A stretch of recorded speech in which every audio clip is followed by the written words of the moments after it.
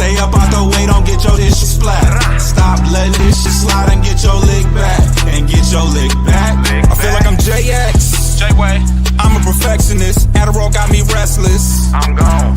Run with a wild crew, they get reckless. Young boy, come up off that neck. Give me Into that. the trends. See a lead, be the band. Good evening and welcome to another episode of Corner to Copa. The game is not quite over. We do not have a final as of yet. The Tigers just Spencer Torkelson just hit a bases clearing double. Well, do they say clearing? What is two-run double? Two-run double. So we are now only down 5 runs in the 9th inning. One of those, as they like to call it, the Chris Paul. I don't know if you've ever seen the meme where he hits a shot and they're down 40 points still, but Torque's usually pretty good for that. So we will wait and see how the game concludes. But right now, Torque is on second with 0 out. So got a bit of a threat going. They haven't gone to Munoz, have they? No, they have an RBI single Ibanez. And half the stadium left. I mean, I don't blame them. They left 3 innings ago when it was 6-1. Yeah, it's kind of crazy because the Raleigh home run is what you take away that 2-run home run from Cal, and it's really wild. But we'll get into it. But there were 2 other plays that led directly to 3 runs immediately right after. So I mean, you play that into account too for what's happening now, and you really think, well, shit. Wow. But we'll get into that a little bit later. What are you looking at? Because I'm behind you. Oh, it's a commercial. They went to the pitching. They went to Munoz. Okay. Yeah. I mean, the people that hung around I guess they're getting their money's worth now, if nothing else. Your boy just saw he's got the polo under the sleeveless jersey, the Will Vest jersey. Oh, yeah. Oh, boy. Yeah, the Ferguson, the guy that wouldn't have made the roster if it wasn't for Brian Wu being hurt, just got torched in the 9th inning. So, yeah. But yeah, do we dare start getting into the quote unquote recap or what we've seen thus far, or is that not justified right now? Because we can talk about what's happened up until this inning. I think that's still. I mean, that's the other 85% of the game. So, right. I mean, up until this point, just to not really summarize this, but what it's like an adjusted review. As this is still kind of happening live right now, but we kind of went live when this was already 8-1 and looked like all but a foregone conclusion. So, Foster, I'm assuming you watched it from opening pitch. What do you think the first couple innings with Flaherty as we went through 2 innings with no damage on either side? Well, I mean, it wasn't the best performance from Flaherty. He did strike out a decent amount of guys. I think he struck out 6, but he also had 3 walks as well. So that did not help, and they just kind of overpowered us. When you're not gonna. So far, we've had an output of three runs, which we won that game. 2 runs in the last game. Each game was 3-2, the first 2, and then obviously Seattle, who has the vast majority of the year has depended on the home run ball, and that has been the difference. Yesterday or the last game, Polanco had 2 home runs against Skubal. And that wasn't the last game, was it? Yes, it was it's the last game. And then we have Monday off. So, Polanco had 2 home runs.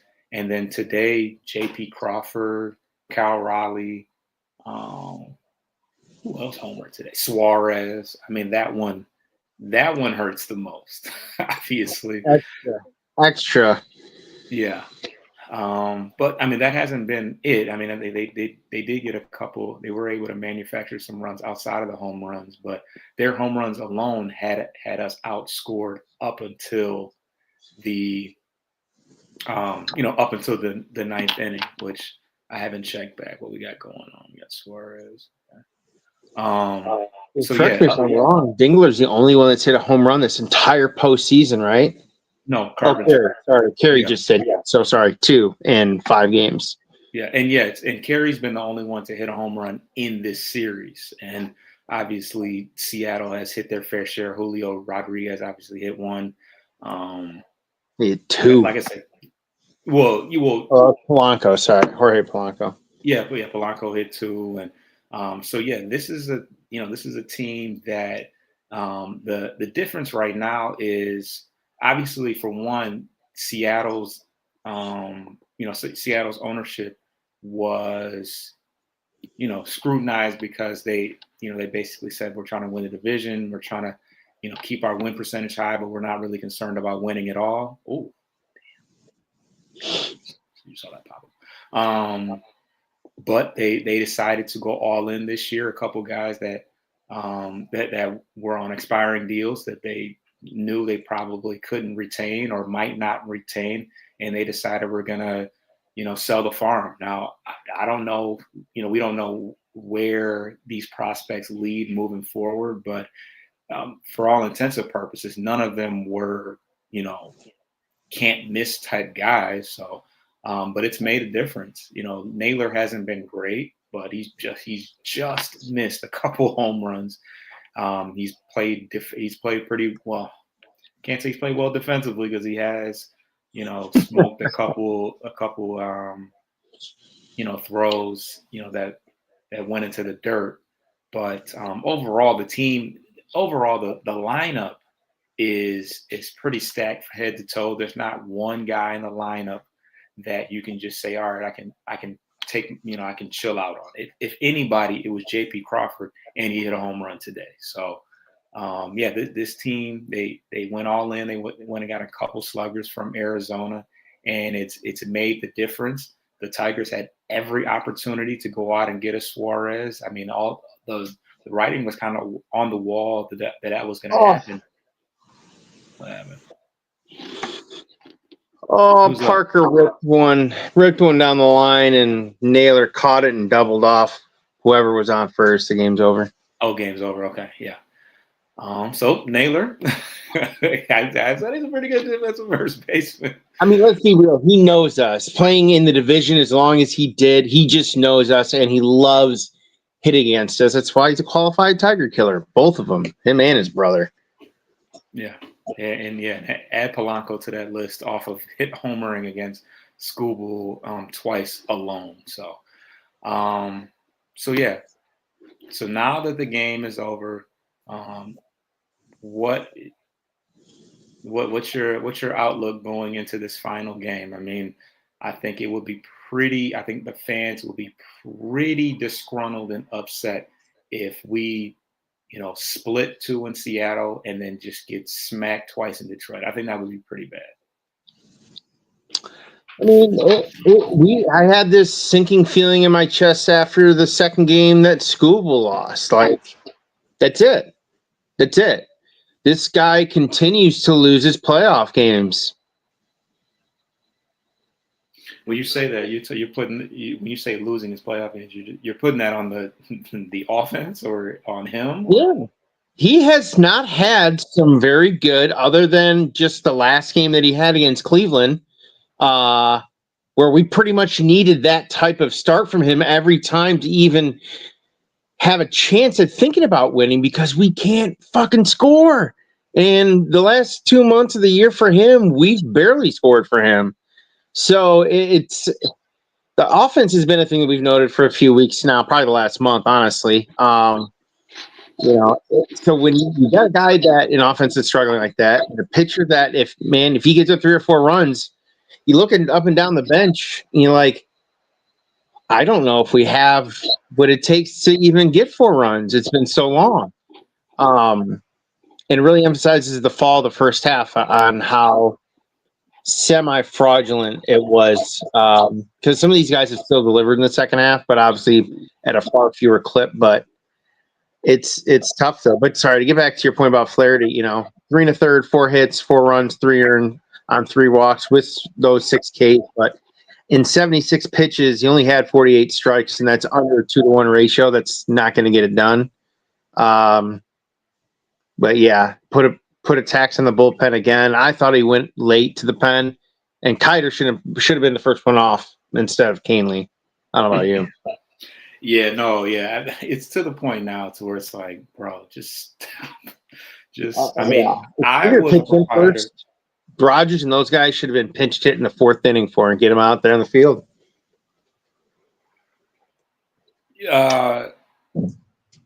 Well, I think they went to Rogers and all. Well, I don't know why they. Well, damn, who did Rogers pinch hit for? He Colt.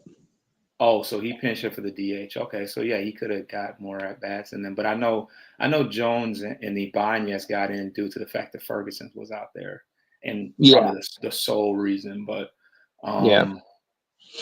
But yeah, I mean, I didn't even want to see Canely on the playoff roster, but I guess at this point, there's probably nobody else that they felt comfortable with. I don't know.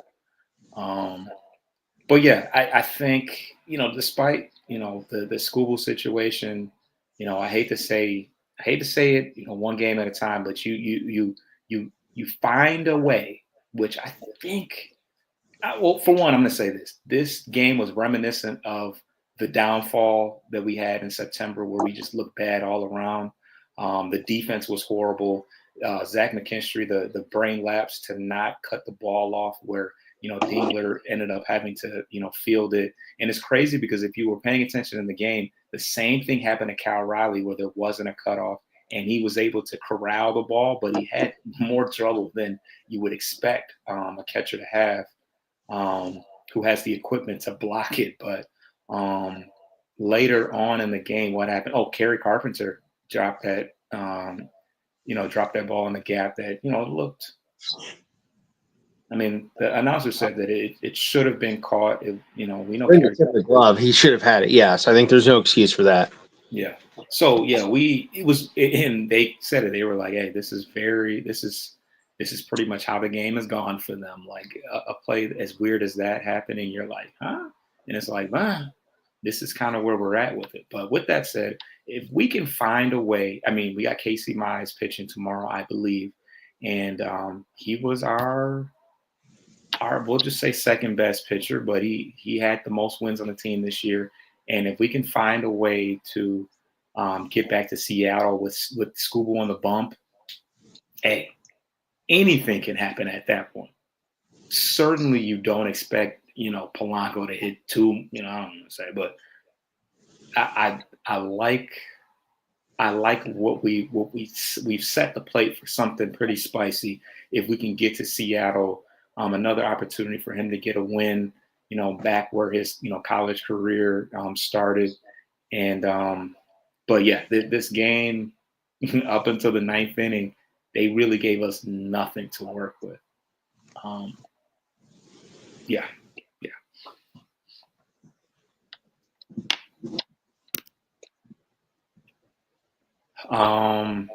Any more thoughts? Well, you got any numbers, or did you already kind of touch on the numbers?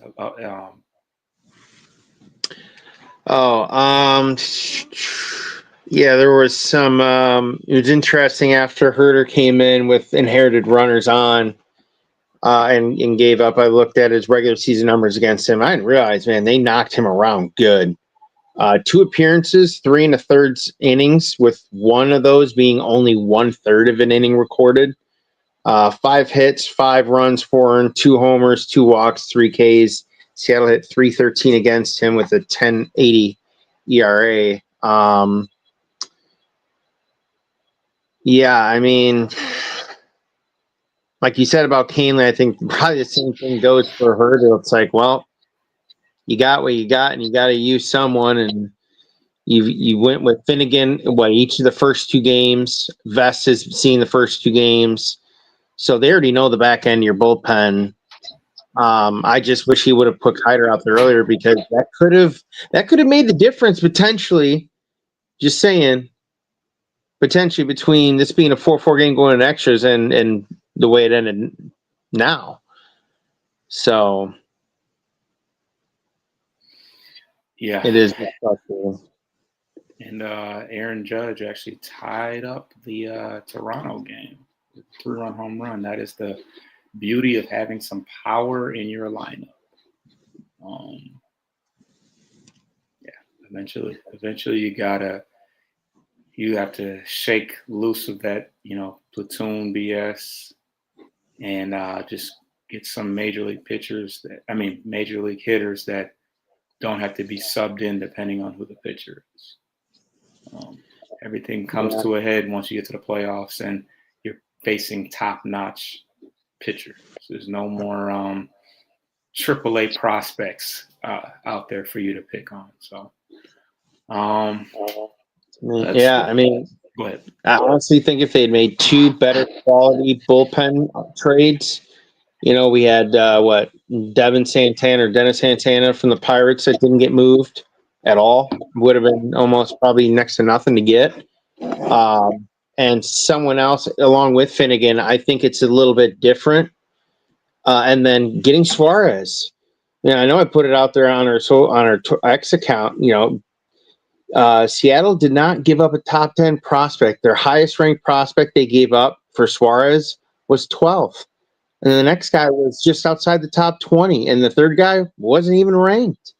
So, I mean, if you were so in love with whoever your 12th guy was in your list, you sit there and you look at what happened tonight and you think, damn, a power hitting third baseman from the right side to help solidify the power of the lineup with the other guys that can go yard and an everyday guy.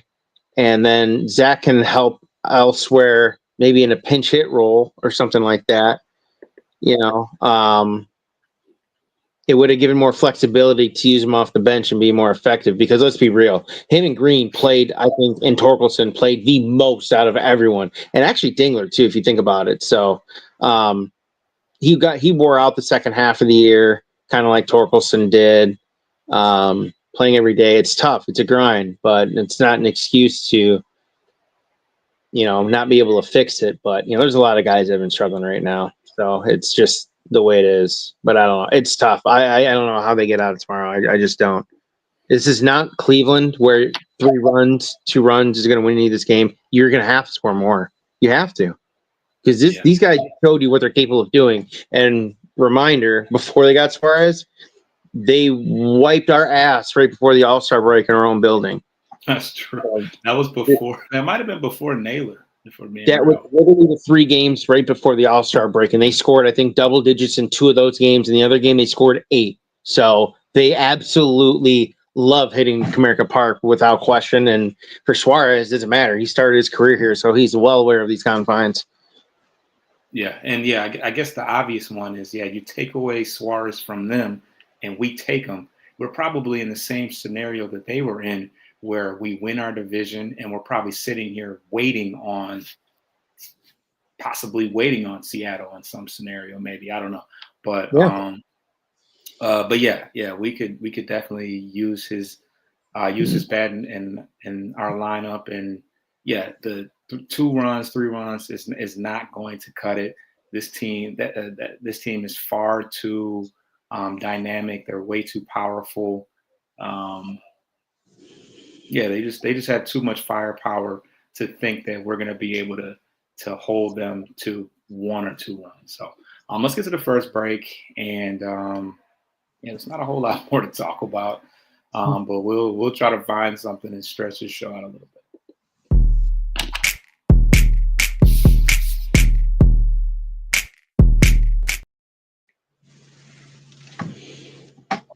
So, who's the probable starter for tomorrow? It's Mize, correct? Yeah, I believe so. Let me take a peek here.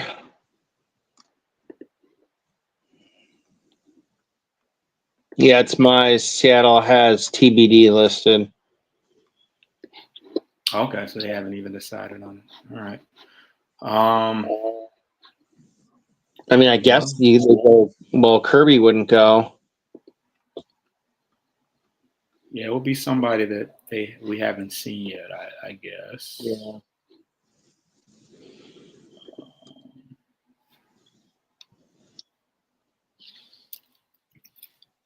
Well, here's the thing. Let me throw this at you.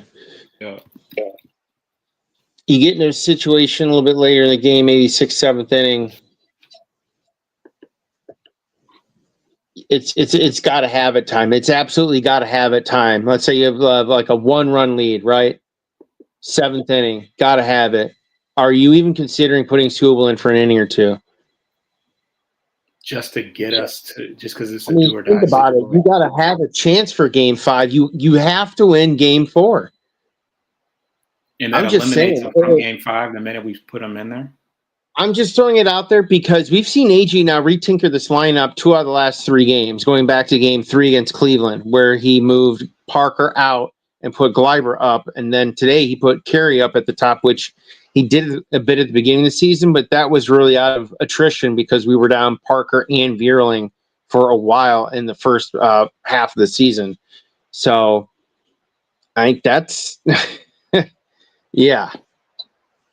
I mean, I think that we would have to be winning the game, right? And it would just have to be a high leverage, like a closeout situation. Not in a tie situation. No. You need this is like absolute high leverage. I mean, I don't think AJ would do it, but I can't really argue against it because, like you said, If you're the skipper, is that a scenario that you give even a little bit of, I don't want to say credibility, but the mindset of, yes, this is all hands on deck. And if he can give me 30 pitches, if I need it, if he can do it, I'm going to do it. Or are you just sticking with your back end guys like you normally have?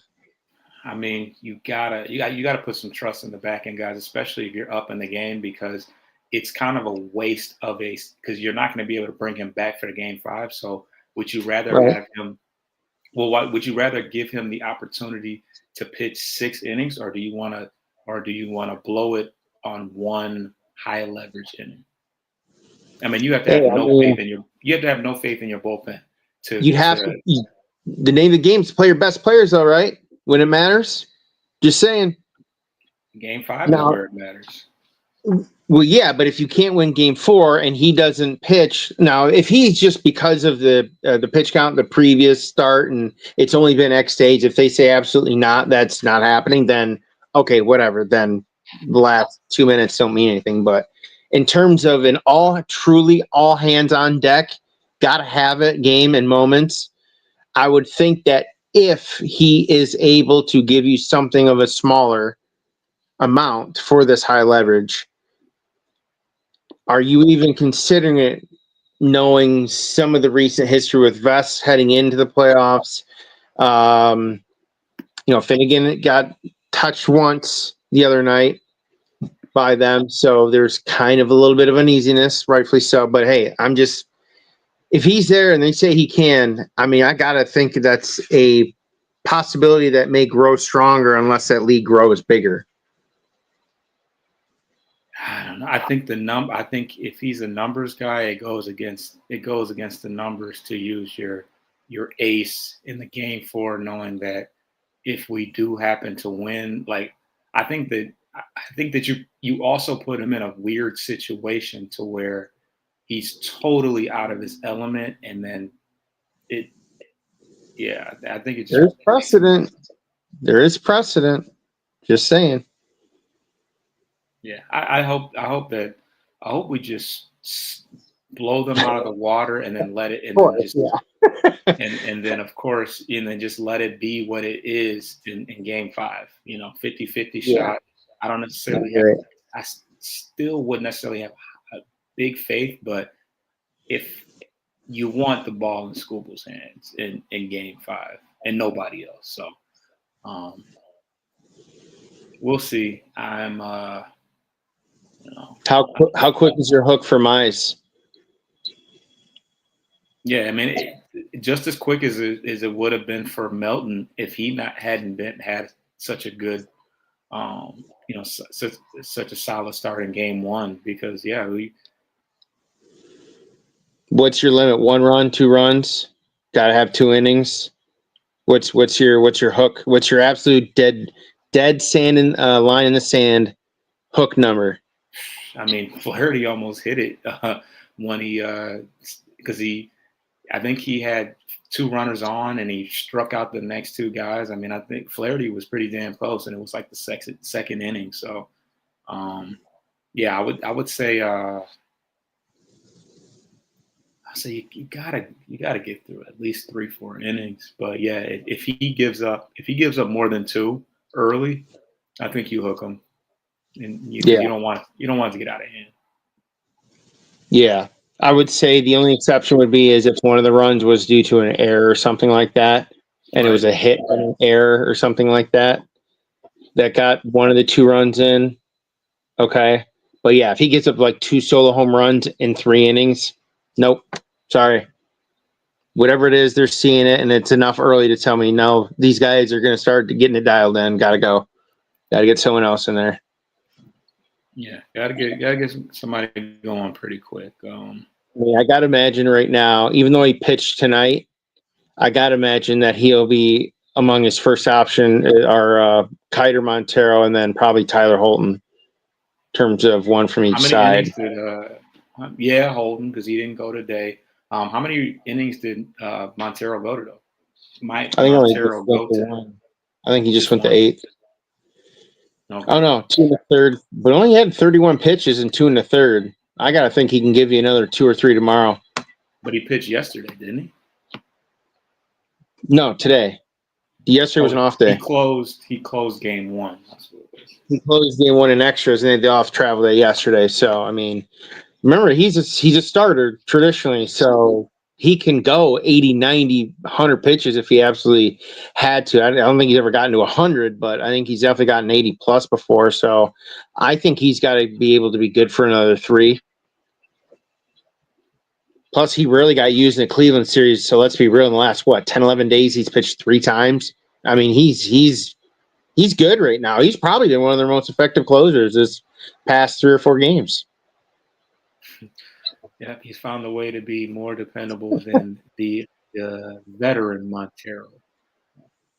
I mean, he gave up an unearned run here today off of a walk and some of the fluky play that we had from Kerry Carpenter. But other than that, you take that unearned run off his numbers.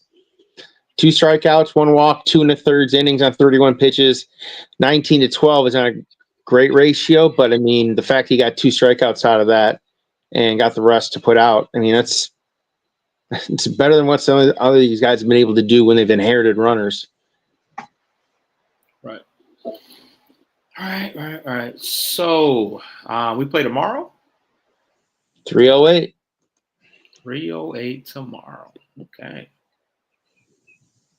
All right. Yeah, I mean, this one we gotta have. I don't know. I don't even know I can't even figure out who's pitching tomorrow. They have a guy named Bryce Miller who was 4-6 this year. I'm not sure whether he's a starter or not, but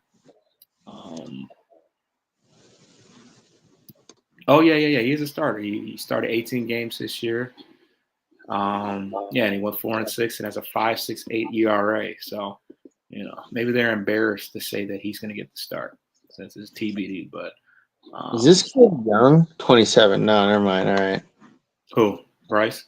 The pitcher. Yeah, no. I thought I heard about him early in the year for some reason, but I couldn't put my finger on it.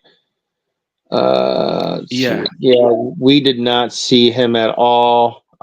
He was with them in April. We saw their top 3. Yeah, I mean, we saw their top 3, so he's definitely not within their top 3. We saw probably Gilbert, Kirby, and I know we saw Castilla for sure. Yeah. Well, but we didn't see him in either game? Either series.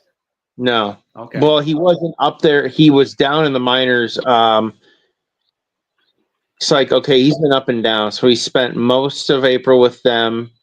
After May 5th, got sent down for a week and then missed another 2 weeks, missed almost all of June and July. Yeah, so he didn't. He didn't come up until mid-August. And he's played sparingly since, like every 5 to 8 days. And this is So he all gives up runs. speculation.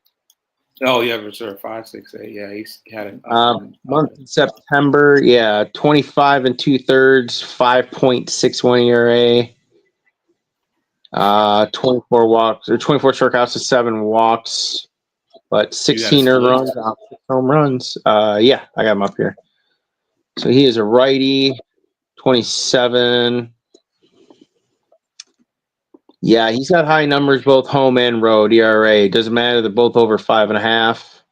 Away, opponents are hitting 273 against him.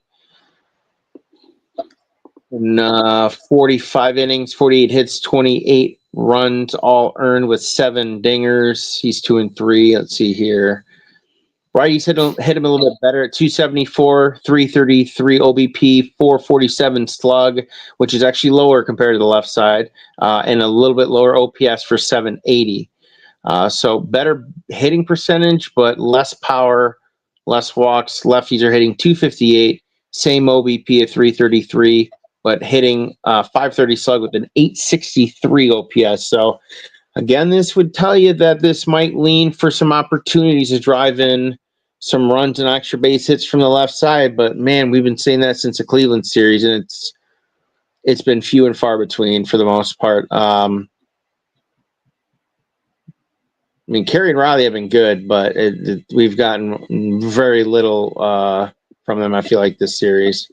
Kerry with big home run, obviously, but Riley had, a base hit or something game 1 and not much else.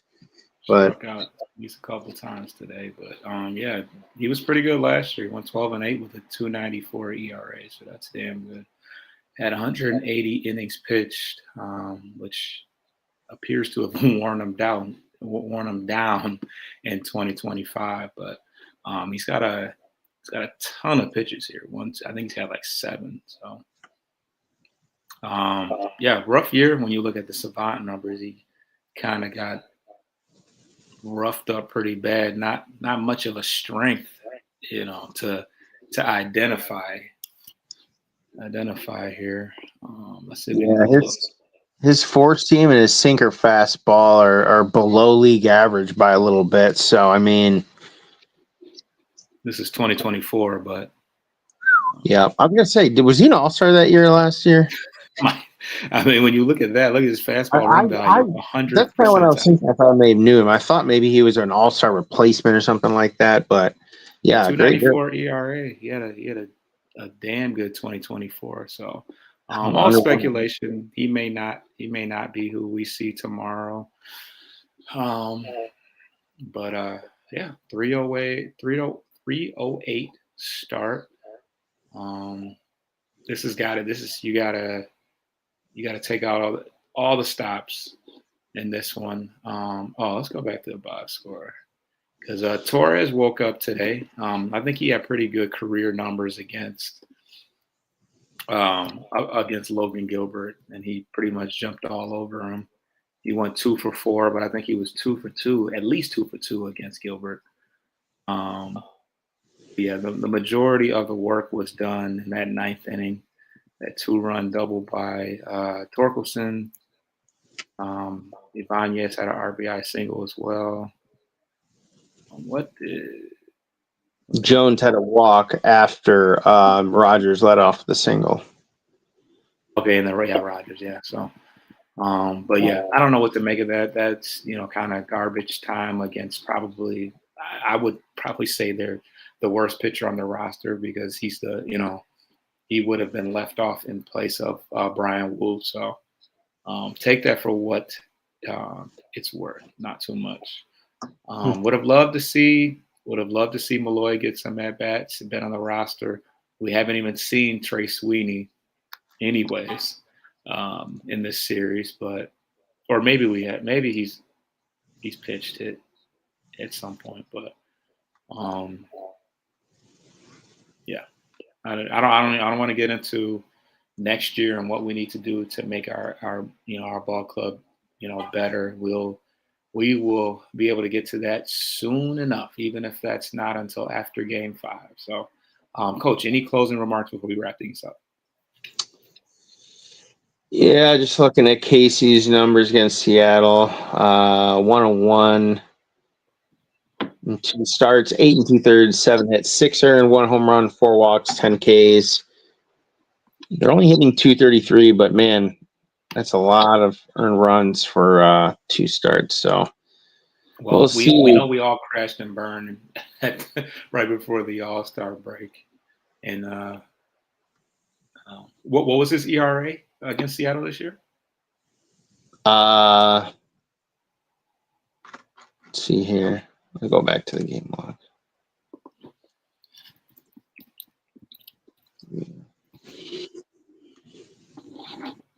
I don't have it. It's yeah. I'll pull it up here. It's going to be a little bit up there. He's going to be up there a little bit. He's got 6 earned and 8 2/3, so it's going to be around what 606, 605 ERA, something like that. So, in his last game on 7-12, his ERA was 18, as he went. He gave up 6 earned runs in 3 innings, so that's 3 times 6, 18. But in his career, Go ahead. Yeah, in his career, he's got 4 appearances. He's 2-1 with a 4.03 ERA. So, his debut back in 2021, I'm assuming was his debut. He went 7 2/3, 3 hits and 1 earned run, but he has not been the April 1st. That was early in the year. That was a win, and he shut him out. So 5 2/3, 1 hit, 0 earned runs. That was April 1st. So, spotty to say the very least. But that game in July, it certainly ballooned his earned run average with that 18. Oh yeah. So, yeah, there's two good starts to speak. Oh well, you can see it. Yeah, there's two good starts to speak of, and 2 not so great. 1 really really bad. So, we'll see. Like I said, the leash will be short on on his outing, but this is what we need. This is what it's all about. He can extend. He can do what obviously what he can do. He's not picking up a bat or anything, but he can only control what he can control in somehow getting us back to Seattle. So. Give us one name of a hitter. You need to show up tomorrow for you. One hitter for you. Riley Green. Yeah, I mean, there's a lot of different people that could certainly step up that have not been great, but Riley Green is the all-star. He's the face of the franchise. He is, we've leaned on all year. We've kind of won or lost at the hands of whether or not he had it going. He had a couple hits in the first game. I can't remember which game that was actually a good game for him, but yeah, he's gotta step up and be that guy. He wants that. I'm sure he wants that bag. I'm sure that Illich, wants to he wants to look smart and say that this is a homegrown guy that we drafted. So this is his opportunity to step up when we need him. What about That's good. Yeah. I mean, I know we've noted offline, Dingler's kind of struggled all day. He had a base hit tonight and a home run in the Cleveland series, a big home run. Huge. And Zach has had 1 hit this entire postseason, although it was another clutch game-winning hit in Cleveland. So, not to say that their hits have been meaningless because they've been monumental, honestly. But for me, it's Parker Meadows. This guy's had opportunities at different points in the lineup in both series, although we did note he was getting on base at least once a game in Cleveland. Man, he's had opportunities these first 3 games against Seattle, and aside from maybe a bunt single in Game 3 against Cleveland and another single against Seattle in Game 1, he's not done much of anything. So for me, I think it's got to be him. And we will leave on that note, but please subscribe to the channel. We're giving live reactions after the game. I won't be able to do that. I got an NFC North show at 5 o'clock, but yeah, we will certainly keep you guys posted, and hopefully we can extend this season a little bit longer before we get into all the off-season stuff. Subscribe to Corner to Coco on all streaming platforms, and we will be back real soon. Thank you for watching. Get your lick back. If a nugget gon' do something, ain't no chit chat. Better stay up out the way, don't get your shit splat. Stop letting this shit slide and get your lick back. And get your